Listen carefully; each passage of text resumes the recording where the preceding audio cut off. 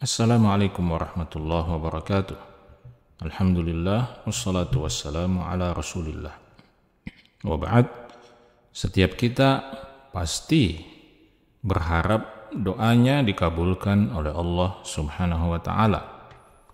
Setiap kita berharap doanya bisa diijabah oleh Allah Subhanahu wa taala. Tapi bagaimana caranya agar doa kita dikabulkan dan diijabah oleh Allah Subhanahu wa taala? Sahabat-sahabat sekalian, ada 5 hal yang harus kita penuhi agar kemudian doa yang kita panjatkan dikabulkan dan diijabah oleh Allah Subhanahu wa taala. Yang pertama adalah syarat mutlak untuk semua ibadah, yaitu al-ikhlas. Mengikhlaskan doa kita hanya kepada Allah Subhanahu wa taala. Kita berdoa dengan meyakini bahwa hanya Allah Subhanahu wa taala yang bisa mengabulkan doa itu. Makna lain dari ikhlas adalah bahwa kita betul-betul hanya meminta kepada Allah Subhanahu wa taala, bukan kepada makhluk. Maka sehebat apapun kedudukan makhluk di sisi Allah, semulia apapun kedudukan seorang makhluk, seorang manusia di sisi Allah Subhanahu wa taala, entah itu apakah dia nabi, rasul, malaikat, bahkan apalagi kalau hanya para wali dan kiai atau ustadz atau semacamnya, maka mereka, para makhluk itu sama sekali tidak layak untuk kita tempati berdoa. Kita hanya minta, kita hanya berdoa kepada Allah Subhanahu wa taala.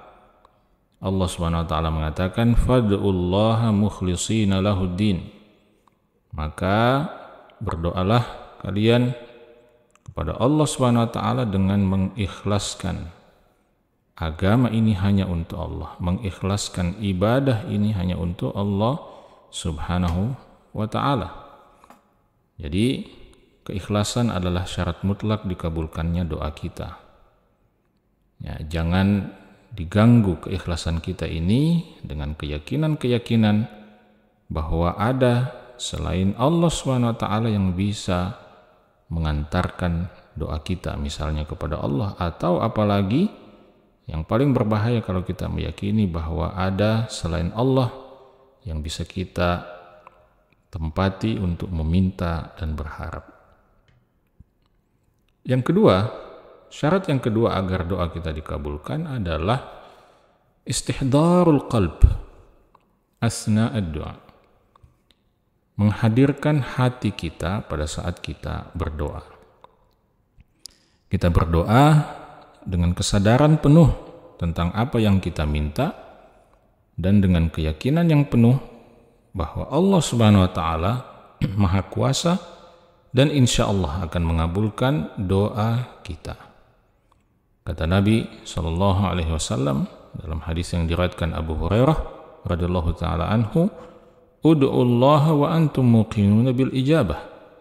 Berdoalah kalian kepada Allah Subhanahu wa taala dengan meyakinkan diri kalian bahwa doa itu pasti diijabah oleh Allah. Wa'lamu anna Allah la yastajibu du'aan min qalbin ghafilin lahin. Dan ketahuilah oleh kalian, kata Nabi SAW, bahwasanya Allah SWT tidak akan mengabulkan doa dari hati yang lalai dan lupa. Maka hadirkan hati kita pada saat minta, pada saat berdoa kepada Allah. Syarat yang ketiga dikabulkannya doa adalah aklul halal. Mengkonsumsi makanan yang halal. Kenapa? Karena makanan yang haram akan menghalangi pengabulan doa itu.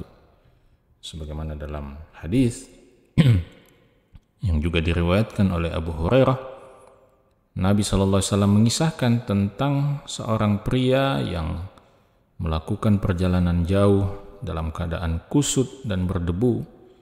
Kemudian dia menengadahkan kedua tangannya ke langit, berdoa kepada Allah, ya Rabbi, wahai Tuhanku, wahai Tuhanku. Di sini Nabi SAW menggambarkan satu kondisi di mana kondisi ini sesungguhnya adalah kondisi di mana doa kita mudah dikabulkan oleh Allah. Yang pertama, dalam keadaan safar, dalam keadaan bepergian jauh. Itu adalah momentum di mana doa sangat mudah dikabulkan. Yang kedua, dalam kondisi kita kusut berdebu. Karena itu, orang-orang yang menunaikan ibadah haji di Padang Arafah dalam keadaan kusut berdebu, itu juga adalah orang-orang yang mudah dikabulkannya oleh Allah, doanya oleh Allah. Yang ketiga, orang ini menengadahkan tangannya ke langit. Ya, salah satu sunnah dalam berdoa, menengadahkan tangan ke langit, meminta, ya Rabbi, wahai Tuhanku, wahai Tuhanku. Jadi orang ini memenuhi sejumlah kriteria kondisi orang yang dikabulkan doanya. Tetapi sayangnya, kata Nabi SAW, wa mat'amuhu haram, makanannya haram, wa mashrabuhu haram, minumannya haram, wa ghuzziya bil haram, ya dia juga diberi makan dengan makanan yang haram. Intinya, makanan dan minuman yang dia konsumsi sepenuhnya adalah makanan yang haram. Fa anna yustajabu lidzalik, maka bagaimana mungkin doanya bisa dikabulkan oleh Allah Subhanahu wa taala. Maka yang ketiga, sahabat-sahabat sekalian, pastikan makanan yang kita konsumsi adalah makanan yang halal. Syarat yang keempat untuk dikabulkannya doa kita adalah Allah yad'uwa bi ismin aw qati'ati rahim.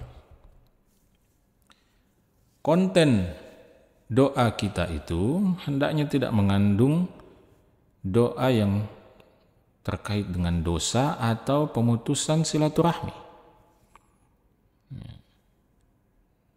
Kata Nabi SAW, yustajabu lil abdi ma lam yad'u bi ismin aw qati'ati rahim.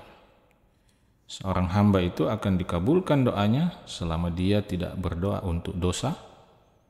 Ya, misalnya berdoa agar dimudahkan untuk korupsi, dimudahkan untuk mengambil harta orang lain, dimudahkan untuk berzina misalnya, atau qati'ati rahim, atau dia mendoakan kehancuran, kebinasaan kepada kerabatnya sendiri, kerabat dekatnya sendiri.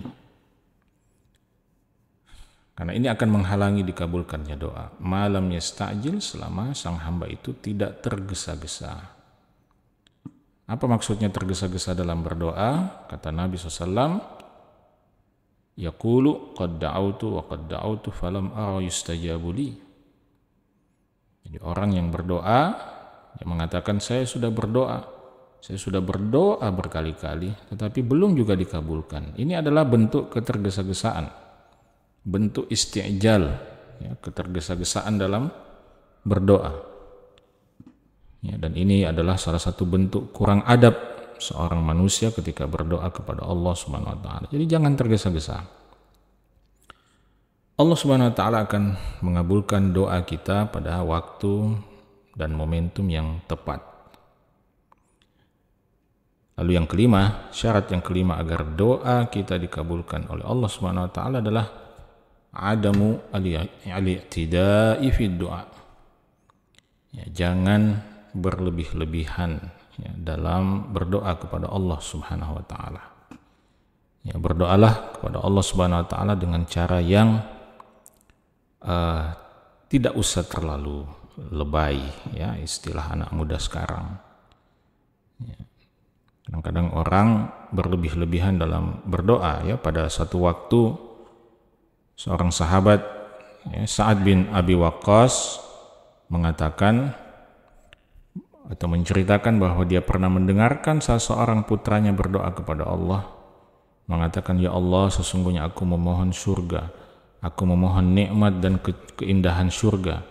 Aku minta ini dan begini. Dia sebutkan begitu detail. Kemudian dia mengatakan, aku mohon perlindungan dari neraka, dari belenggu-belenggunya, dari rantai-rantainya, dari ini dan itunya.